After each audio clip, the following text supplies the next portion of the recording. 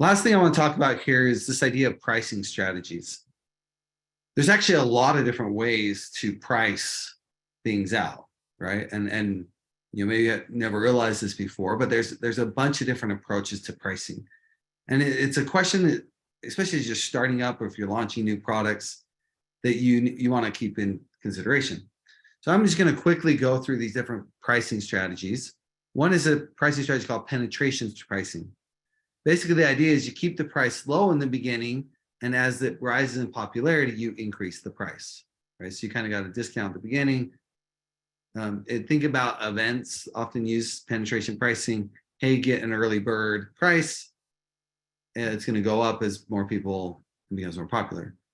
Economy pricing, really, we're looking at like low-cost leaders. Say, I'm going to offer a low price to attract cost-conscious customers.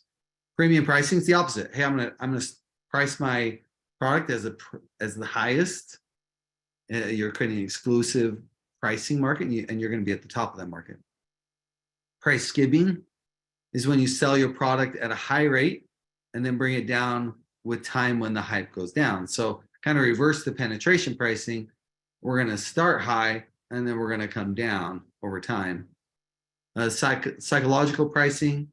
So we're going to use consumer psychology to influencing pricing decisions. Think about the $9.95 or the $9.97, $9.99, right? There's a little bit of psychology that says, hey, it's less than $10. It's weird, but it makes a difference, right? Bundle pricing, so you can offer 2 or 3 products or services together and then offer single prices. Some of these, by the way, you can intermingle. Geographical pricing, you know, prices based on geographic region or location. Think about gas prices. This, you know, with a lot of factors, you know, transportation, market conditions, the purchasing power in the market. Promotional pricing is where you might offer reduced prices for sales, discounts, or coupons. Value pricing, customers pay based on the perceived value they receive and their willingness to pay. Actify used the value pricing model, where it was actually a pay per close model, right? So, hey, you're going to pay us an X percentage of the deal when you close it. Captive pricing. There's 2 ways to think of captive pricing. I actually thought of captive pricing more as like, hey, I'm in like I'm at a resort or something, and I'm like forced to pay this higher price. But the other idea of captive pricing is actually having a loss leader. So you get people to come into your market maybe you come into the store with a loss leader, but your complementary products and services actually increase the value of all the other products. Captive meaning you've got them in your store now. Now you can sell them other things. Dynamic pricing involves adjusting prices in real time based on market conditions. So it might go up and down. Stock market's very much like that. Competitive pricing, you might just be like, hey, you know what? I don't really know, but it looks like my competition's doing this, so I guess I can do that too. Cost plus pricing, so this basically say, hey, it's costing me X to produce. I want a 40% margin, therefore I'm going to mark up the price.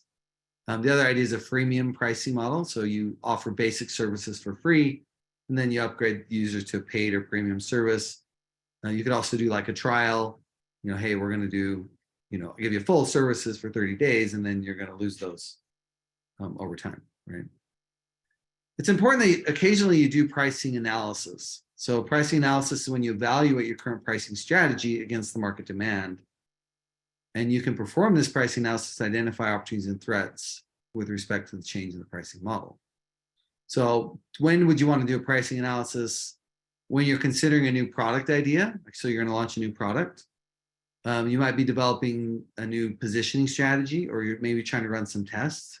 You might be looking at how you compare against your competition, or maybe you're trying to determine and better meet the consumer's expectations, and you might need to adjust your prices accordingly. Let's just take maybe 1 minute to think about this, since we're kind of low on time. But what pricing strategy does your company use today? When was the last time you adjusted your prices, and why did you do it? And is there a better pricing strategy for your business? Think of maybe some alternative ways your product or service could be sold. So let's just take maybe 2 minutes and just think through this pricing strategy.